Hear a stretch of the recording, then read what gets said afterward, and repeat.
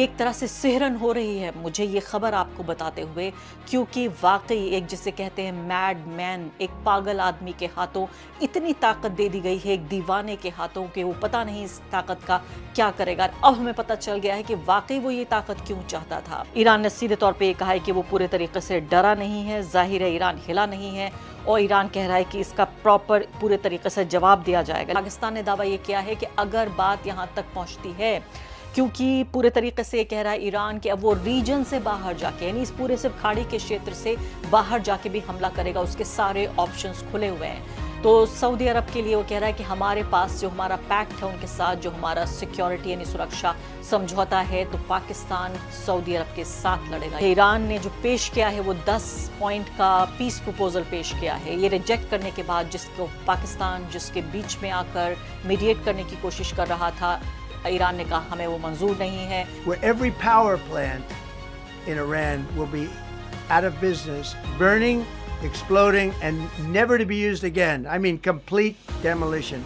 नमस्कार, इस खास कार्यक्रम में आपका स्वागत है। मैं हूं आरफा खानम शेरवानी। इस जंग की सबसे खतरनाक खबर यह है कि डोनाल्ड ट्रंप ऐसा बयान दे रहे हैं जिससे धरती कांप रही है। ईरान के बारे में जो कह रहे हैं, मैं अल जजीरा में एक कमेंटेटर को सुन रही थी, उसने कहा कि व्हाइट हाउस पर शैतानों का कब्जा है। The white house is under the control of monsters.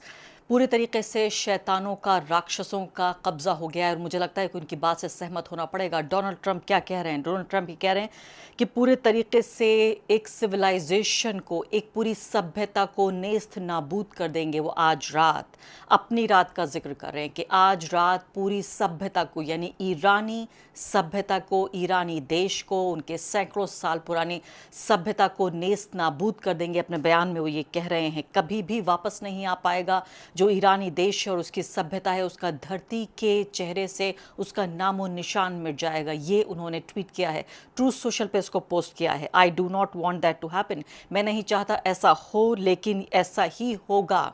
आप सोचिए, वो व्यक्ति जिसके हाथ में इतनी ताकत है कि वो वाकई चाहे तो तबाह कर सकता है, वो व्यक्ति कह रहा है कि वो पूरे सिविलाइजेशन को, ईरानियन सिविलाइजेशन, जो ईरानी सभ्यता है, उसे नेस्त नाबूद कर देगा और दोबारा कभी वापस नहीं आएगा।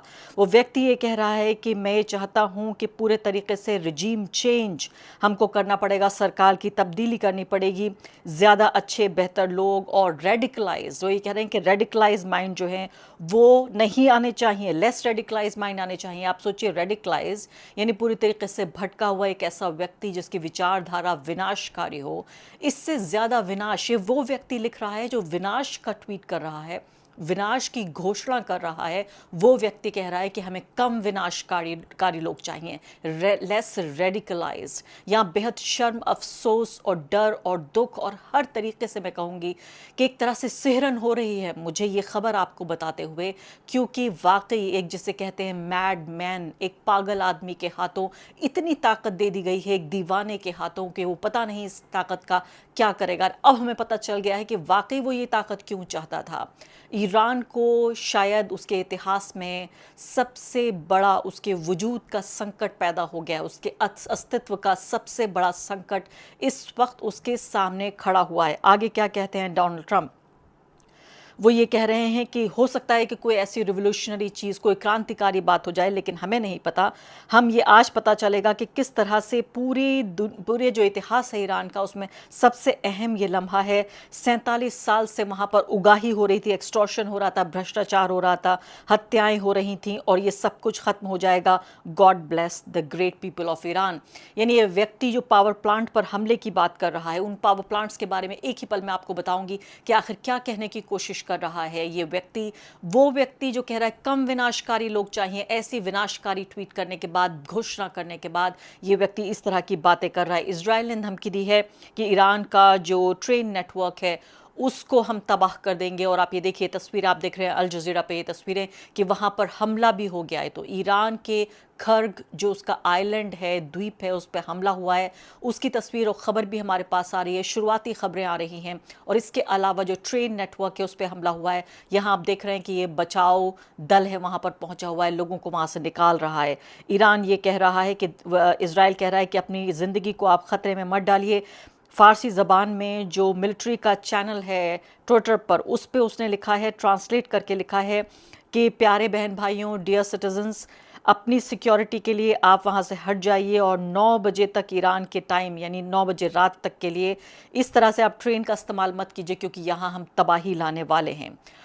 आप सोचिए, दुनिया के सबसे 2 बदतरीन लोग, सबसे ज़्यादा राक्षसी लोग किस तरह से ईरान को हमेशा दुनिया के पर्दे से, दुनिया के इतिहास से मिटा देने की कसम यहाँ पर खा रहे हैं। ईरान ने सीधे तौर पे ये कहा है कि वो पूरे तरीके से डरा नहीं है, ज़ाहिर है ईरान हिला नहीं है, और ईरान कह रहा है कि इसका प्रॉपर पूरे तरीके से जवाब दिया जाएगा। लेकिन ये पावर प्लांट्स जो बात हो रही है कि क्या है आखिर ये पावर प्लांट्स, इनको अगर संक्षेप में समझने की कोशिश करें तो ज़्यादातर जो पावर प्लांट्स हैं वो नेचुरल गैस से चलते हैं, और आपको पता है कि नेचुरल गैस ईरान में भरपूर है। भारत की भी करीब 70 से 80% जो हमारी नेचुरल, इतने बड़े देश की जो नेचुरल गैस की ज़रूरत है वो ईरान से ही पूरी होती है। इसकी बिजली का 85% बनाते हैं ये इस पावर प्लांट से।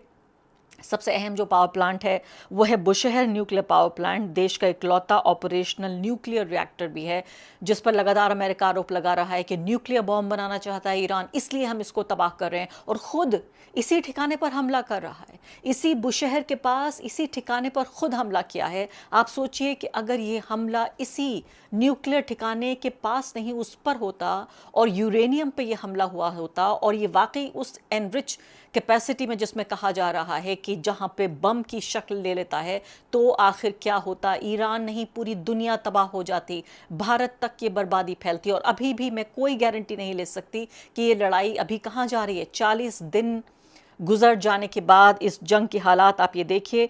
इसके अलावा जो थर्मल पावर प्लांट्स हैं वो क्या हैं? दमावंद है, नेका है, शाहिद राजापी है, इनको बिजली देने का काम करते हैं ये तमाम शहरों को। जो बड़े थर्मल प्लांट्स हैं वो तमाम शहरों को बिजली देते हैं। और इससे पहले भी आपको पता है जो फोर्डो यूरेनियम एनरिचमेंट प्लांट था नतांज वाला, वहाँ न्यूक्लियर साइट पर पहले भी हमला हो चुका है, जो पिछले साल हुआ था, अब से करीब 8-9 महीने पहले जो हमला हुआ था। तो पूरे तरीके से थ्रेट और धमकी जो है वो ये कि यूएस पूरे पावर ग्रिड और एनर्जी जो इंफ्रास्ट्रक्चर है यानी पावर प्लांट्स और ब्रिजेस हैं उनको टारगेट कर सकता है दबाव बनाने के लिए। और आपको पता है कि सबसे बड़ा ब्रिज, न सिर्फ कि ईरान का सबसे बड़ा ब्रिज, बल्कि पूरे पश्चिम एशिया का सबसे बड़ा ब्रिज, जो ईरान की इंजीनियरिंग का एक चमत्कार के तौर पर देखा जाता था, उस ब्रिज को तबाह कर दिया गया। बिल्कुल इस तरह से जैसे अमेरिका में न्यूयॉर्क के ट्विन टावर्स पर हमला हुआ, या हम मान लेते हैं सैन फ्रांसिस्को में, कैलिफोर्निया में जो गोल्डन गेट ब्रिज जो पहचान माना जाता है अमेरिका की बड़ी पहचानों में से एक, उस पर हमला किया जाए, इस तरह का हमला किया गया ईरान के ऊपर। अभी फिलहाल खबर देखिए, इसी से जुड़ी कई और खबरें आ रही हैं कि पाकिस्तान ने दावा ये किया है कि अगर बात यहाँ तक पहुँचती है, क्योंकि पूरे तरीके से कह रहा है ईरान कि अब वो रीजन से बाहर जाके, यानी इस पूरे सिर्फ खाड़ी के क्षेत्र से बाहर जाके भी हमला करेगा, उसके सारे ऑप्शंस खुले हुए हैं।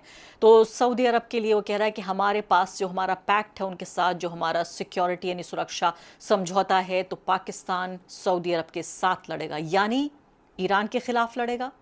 ये पाकिस्तान को ही समझाना चाहिए, क्या कहने की कोशिश कर रहा है। अभी फ़िलहाल ताज़ा जो खबरें आ रही हूँ आप तक लेकर आ रही हूँ कि सऊदी अरब बहरीन का जो ब्रिज है वो इन्हीं तमाम धमकियों और ख़तरों के बीच में इसको बंद कर दिया गया है। आपको पता है कि किस तरह से जो किंग फहद कॉजवे है, की ब्रिज है सऊदी अरब और जो किंगडम है बहरीन का, आइलैंड किंगडम बहरीन का, उनको जोड़ता है, यानी सीधे तौर पे दोनों का कनेक्शन ख़त्म हो चुका है। आप सोचिए, लोग नहीं आ जा सकते, कारोबार वहाँ नहीं हो सकता, कितनी तबाही इस वक्त हो रही है पूरी इस जगह पर। इसके अलावा मैं अब आपको आखिरी 2 खबरें बताती हूँ इस वक्त की, लगातार आप तक लाती रहूँगी ये तमाम जो ब्रेकिंग न्यूज़ है। अब ये देखिए, आपकी अगली खबर जो आ रही है, ईरान ने जो पेश किया है वो 10 पॉइंट का पीस प्रपोजल पेश किया है। ये रिजेक्ट करने के बाद, जिसको पाकिस्तान जिसके बीच में आकर मीडिएट करने की कोशिश कर रहा था, ईरान ने कहा हमें वो मंजूर नहीं है। अब ये नया जो पीस प्लान है उसमें क्या कह रहा है कि युद्ध बंद होना चाहिए, अमेरिका उसके सहयोगी तुरंत हमले रोकें, स्थायी उन्हें शांति चाहिए, सिर्फ सीज फायर नहीं, यानी हमले कभी ना हो, अस्थायी नहीं होनी चाहिए, समझौता हुए चाहता है, भविष्य में हमला नहीं होगा, इसकी गारंटी देनी पड़ेगी, लिखित भरोसा दे यूएस कि कभी हमला नहीं करेगा, उसको कॉम्पनसेशन देना पड़ेगा, जितना ईरान का नुकसान हुआ है उसकी भरपाई करनी पड़ेगी, पैसा देना पड़ेगा ईरान को, तमाम तरह के सैंक्शंस हटाने पड़ेंगे। इसके अलावा हॉर्मुज़ पर पूरी तरीके से नियंत्रण होगा ईरान का, और हर जहाज़ जाने पर ईरान टैक्स लेगा। इसके अलावा पूरी तरह सरेंडर नहीं करेगा ईरान, बराबरी की बात कर रहा है और जो रिकंस्ट्रक्शन होगा, जो इंफ्रास्ट्रक्चर पूरे तरीके से तबाह हुआ है काफ़ी हद तक, उसको रीबिल्ड करने, दोबारा बनाने में काम सहायता करेगा अमेरिका और इजराइल। और सिर्फ यूएस ईरान नहीं बल्कि मिडल ईस्ट के बाकी कॉन्फ्लिक्ट्स भी सुलझाए जाएं और ईरान की सोवरेनिटी यानी उसकी आज़ादी, उसकी संप्रभुता का सम्मान किया जाए और किसी भी तरीके से रिजीम चेंज का दबाव हमें बर्दाश्त नहीं होगा। ईरान ने इतनी बड़ी धमकी का जो ये जवाब दिया है, मैं कहती हूँ ज़मीन हिल रही है, आसमान लरज़ रहा है जिस तरह की ये धमकी है, क्योंकि कुछ भी भरोसा नहीं किया जा सकता। हमें इस वक्त समझ में नहीं आ रहा मुझे कि कितनी गंभीरता से इसको लिया जाए, क्योंकि पहले से ही अटैक शुरू हो गए हैं। मैंने आपको बताया रेलवे ट्रैक्स पर अटैक शुरू हो गए हैं, इसके अलावा जो खर्ग आइलैंड है उस पर ये अटैक शुरू हो गए हैं। हर घंटे में आप तक ये खबरें लगातार अगले कुछ घंटों तक मैं आप तक लाती रहूँगी। शुक्रिया।